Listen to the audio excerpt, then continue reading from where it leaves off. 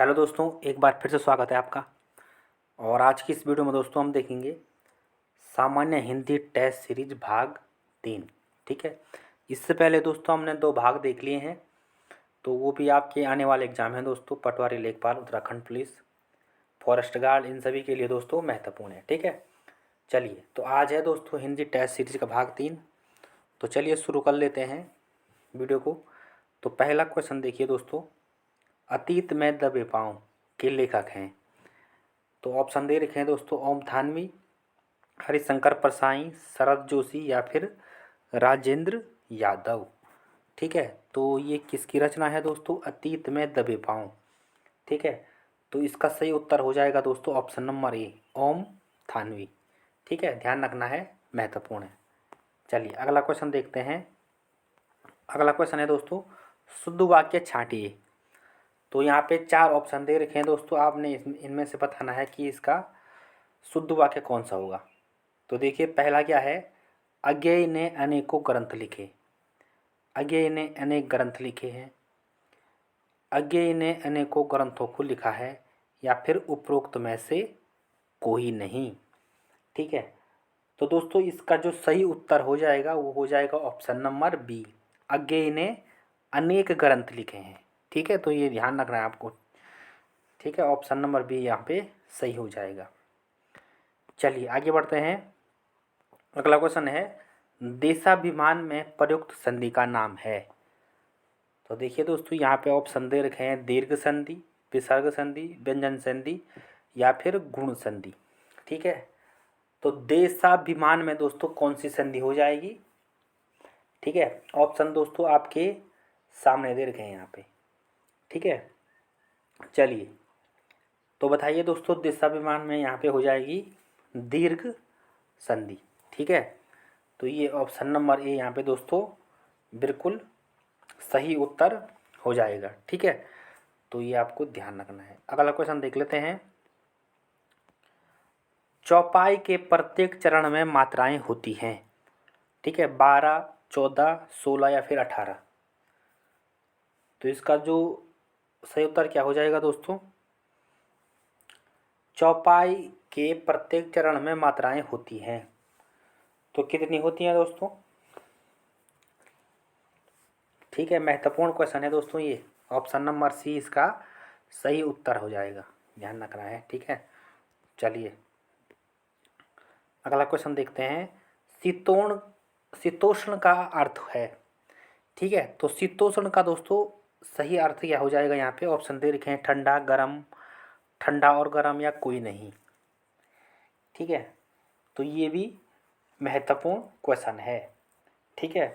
तो शीतोष्ण का दोस्तों जो सही उत्तर हो जाएगा वो हो जाएगा ठंडा और गर्म। ऑप्शन नंबर सी यहाँ पे सही उत्तर हो जाएगा। ठीक है। चलिए अगला क्वेश्चन देख लेते हैं, मुहावरा किस भाषा का मूल शब्द है? ठीक है, ये दोस्तों कई बार एग्जाम में पूछे जाते हैं ये अरबी फारसी वाले, तो इनको दोस्तों आप ज़रूर याद रखिए। 1 या 2 क्वेश्चन यहाँ से ज़रूर पूछे जाते हैं। ठीक है।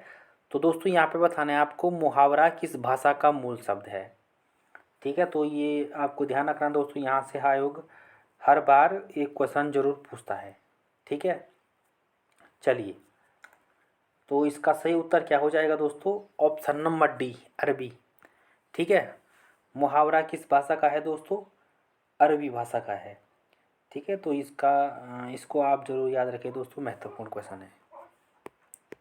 अगला क्वेश्चन देखते हैं, उद्धरण चिन्ह का प्रयोग कहाँ होता है?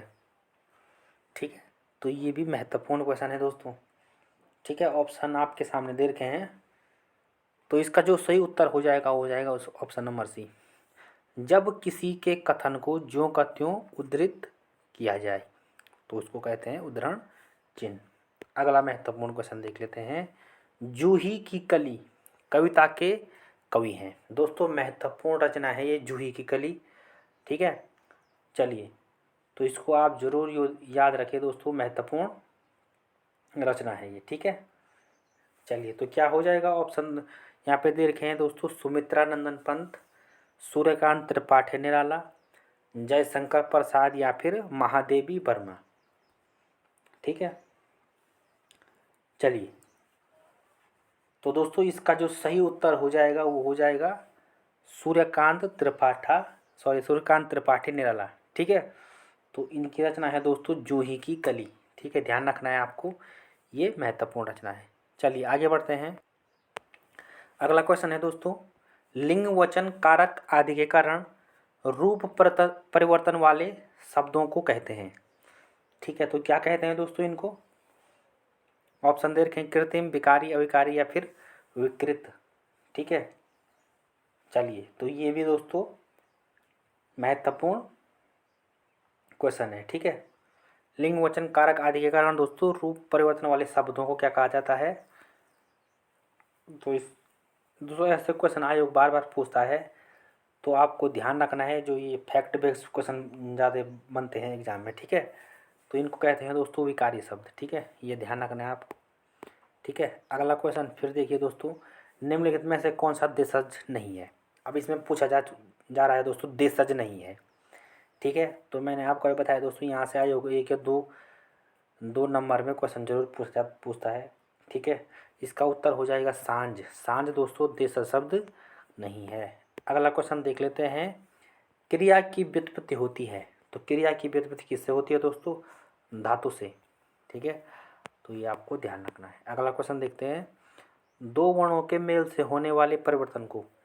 ठीक है, तो ये तो काफ़ी सरल क्वेश्चन है दोस्तों, इसको क्या कहते हैं? संधि कहते हैं, दो वर्णों के मेल से। ठीक है, चलिए अगला क्वेश्चन देख लेते हैं, अरविंद का पर्यायवाची है।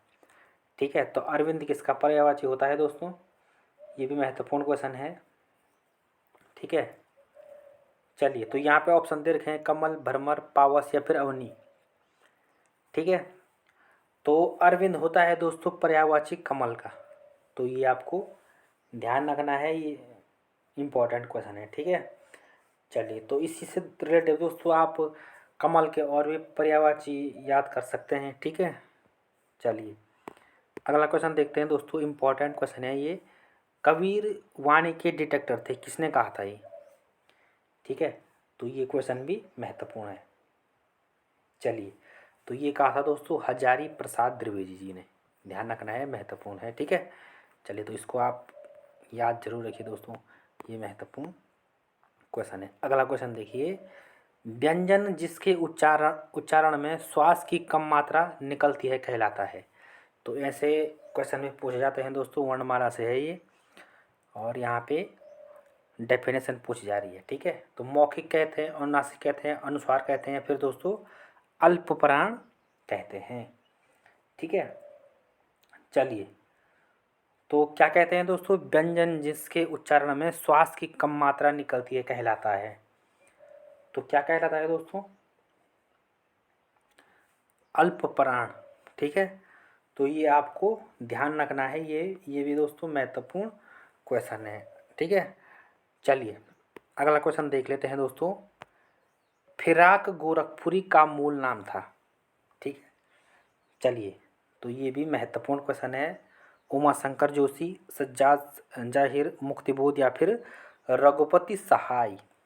ठीक है दोस्तों, ये भी महत्वपूर्ण क्वेश्चन है। ठीक है, तो इसका उत्तर हो जाएगा दोस्तों रघुपति सहाय। ठीक है, चलिए आगे बढ़ते हैं दोस्तों, अगला क्वेश्चन देखते हैं। अगला क्वेश्चन है दोस्तों, देवनागरी लिपि का विकास हुआ है। ठीक है, तो देवनागरी का विकास किससे हुआ है दोस्तों? ब्राह्मी लिपि से, ये ध्यान रखना है, महत्वपूर्ण क्वेश्चन है। अगला क्वेश्चन है दोस्तों, यहाँ पे विपरीतार्थक शब्द युग्म है, तो इनमें बताना है दोस्तों आपको विपरीतार्थक कौन सा है? पेड़ पौधे, धीरे धीरे, जीव जंतु, लाभ हानि। ठीक है, चलिए, तो ऑप्शन यहाँ पे आपके सामने दे रखे हैं दोस्तों, इसमें बताना है आपको कि विपरीत कौन से हैं, तो ऑप्शन नंबर डी सही हो जाएगा, लाभ हानि। ठीक है, चलिए आगे बढ़ते हैं। अगला क्वेश्चन है दोस्तों, उत्तराखंड की द्वितीय राजभाषा है। ठीक है, तो उत्तराखंड की द्वितीय राजभाषा है दोस्तों संस्कृत। ठीक है, और ये कब से है? 2010 से है। ठीक है, तो ये आपको ध्यान रखना है। अगला क्वेश्चन देख लेते हैं, और आज का अंतिम क्वेश्चन है दोस्तों हमारा, साहित्य में रस का आशय है, लौकिक आनंद, अलौकिक आनंद, मनोरंजन या इनमें से कोई नहीं। ठीक है, तो साहित्य में रस का आशय क्या हो जाएगा दोस्तों? यहाँ पे इसका सही उत्तर जो हो जाएगा वो हो जाएगा इनमें से कोई नहीं। ठीक है, तो दोस्तों ये आपको ध्यान रखना है। ठीक है, चलिए, तो दोस्तों ये थे हिंदी के महत्वपूर्ण 20 क्वेश्चन। ठीक है, चलिए दोस्तों, मिलते हैं अगली वीडियो में। पढ़ाई करते रहे दोस्तों, अब जल्दी आपके एग्ज़ाम होने वाले हैं। ठीक है, चलिए, तो मिलते हैं अगली वीडियो में। धन्यवाद।